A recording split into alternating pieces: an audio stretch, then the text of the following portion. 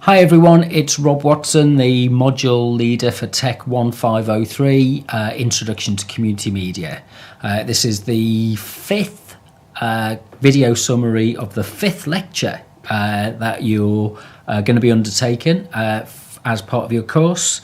I've produced the PowerPoint slides. I've got a fair amount of examples to show on this occasion. The subject that we're going to look at is the community media examples.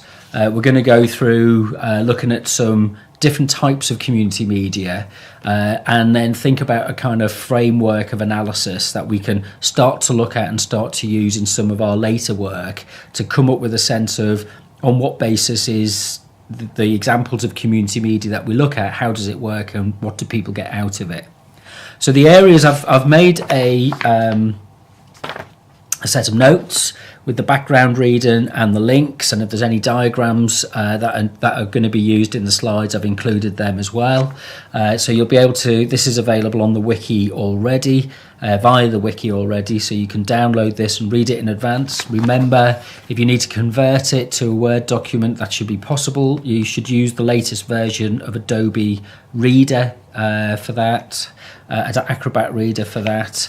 It's also got some of the references for any kind of other background reading as well.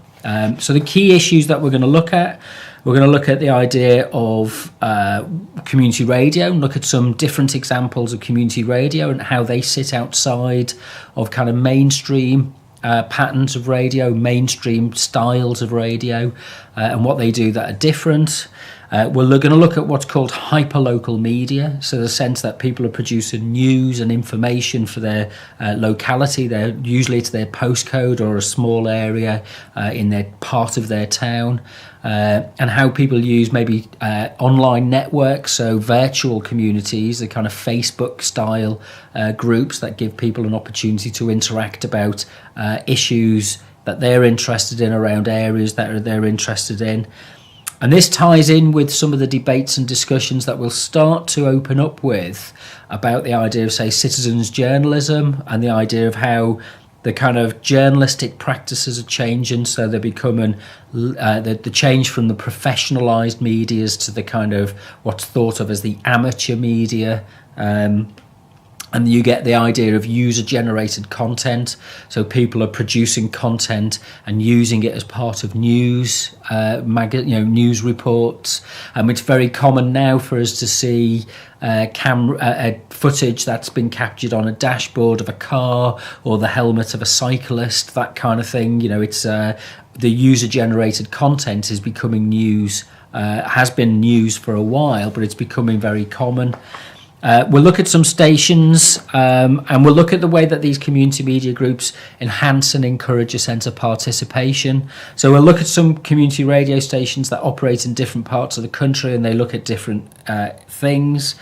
We'll look at the ways that some community news groups work and how they are informed by a sense of localness or a sense of issues based around topics that they're concerned about, civic politics, if you like.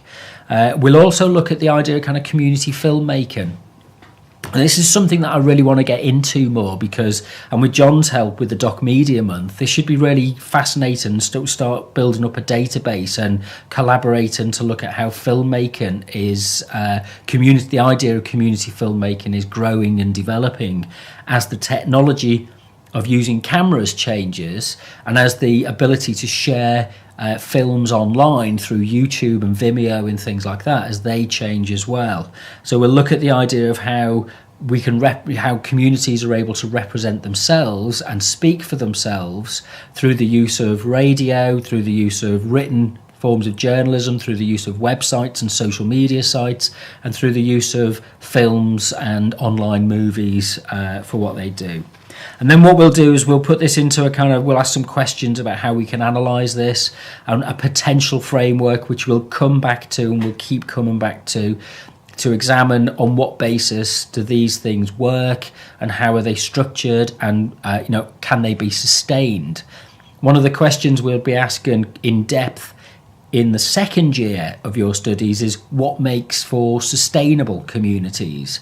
So the individual experience that you're learning now, the skills that you're learning now, these are going to be really important for next year, where we'll build on that and we'll look at what makes a sustainable community. How can community media contribute to our communities being more stable and more inclusive, and how problems are solved and conflicts resolved through the use and with and through community media.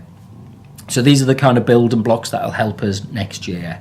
There's a few films that we'll show. There's got a couple of clips. I'll probably, 50 minutes, we'll speed through them, but you'll be able to go back and watch them in more detail in your own time. The links to the films are all in the notes. The reading for this week is the Kevin Howley book, Chapter 1, Locating Community Media. It's Kevin Howley's, I think it's Introduction to Community Media, off the top of my head. And I've also posted a summary that I've written about the idea of advocacy and ethics in community media, which again is for background reading, but it's something that you could start to read through over the coming weeks, which will give you a broader idea of where studies and ideas of community media come from and where they're located. I've posted up a programme to view, which is a BBC documentary, which is available via the what's called the Box of Broadcasts, and there's a link for this on the wiki. You can log into this with your DMU ID and password, so the one that you use to access Blackboard and MyDMU, and you can watch this programme. It's about 60 minutes long. It's called Last Whites of the East End, and it's about the shift of the community in the East End from a kind of, if you like, a traditional white English working class community to the increase and the growth and the trying to find the right language, the change in the ethnic makeup of the East End and the way that's changed over time, and how it's changed more recently in terms of things like, kind of hipsters and, the City of London expanding and the redevelopment that has come with the Olympics and the Olympic Park and that kind of change. So it's a fascinating programme to watch. It's good for kind of background knowledge and discussion as well. So this is all available on the DMU Commons wiki, which is wiki.our.dmu.ac.uk. That's wiki.our.dmu.ac.uk, and search for the TECH1502 page and go down to the lecture notes, and it's all the stuff in week 5. So have a great time looking at these, and I'll see you at the lecture.